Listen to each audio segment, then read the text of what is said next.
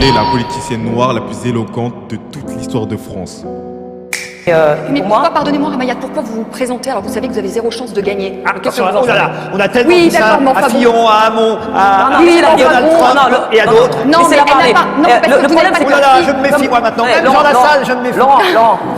Laurent, comme disait Camus, la bêtise insiste toujours, donc laissez insister. Et je vais vous dire, laissez-moi vous dire. Écoute, alors je vais vous dire, je trouve ça Vous ne vraiment pouvez pas. détestable. Alors Vous là, ne je vous pouvez dis tout de pas. suite. Non, mais attendez. Non, mais vous pouvez quand même pas me dire la bêtise, je sais pas quoi. Je trouve ça Non, c'est pas moi qui dis, c'est Albert Camus. Mais vous ne pouvez pas venir. Non, mais prenez pas.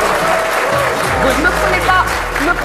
Vous ne pouvez pas. Vous pouvez pas regarder quelqu'un qui est en campagne depuis un an, qui a élaboré un projet politique que vous avez entre les mains, qui a traversé le pays, qui a récolté 2/3 de ses parrainages, qui a réuni les mouvements politiques et les partis dans un nouveau mouvement qui s'appelle la France qui ose, qui n'ignore pas la part sacrificielle de cet engagement, qui est une véritable épreuve physique, mentale, psychologique, pour soi, pour sa famille, qui suppose de penser le pays à un niveau où vous devez vous hisser. Et vous ne pouvez pas venir devant moi et me dire vous avez zéro chance. Ramayad, originaire du Sénégal, a très tôt baigné dans la sphère politique, dû au poste de son paternel.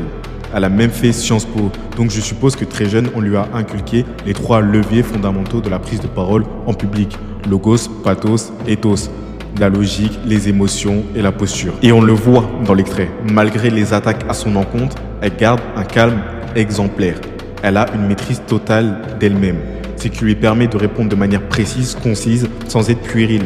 Elle recentre même le débat autour de ses ambitions.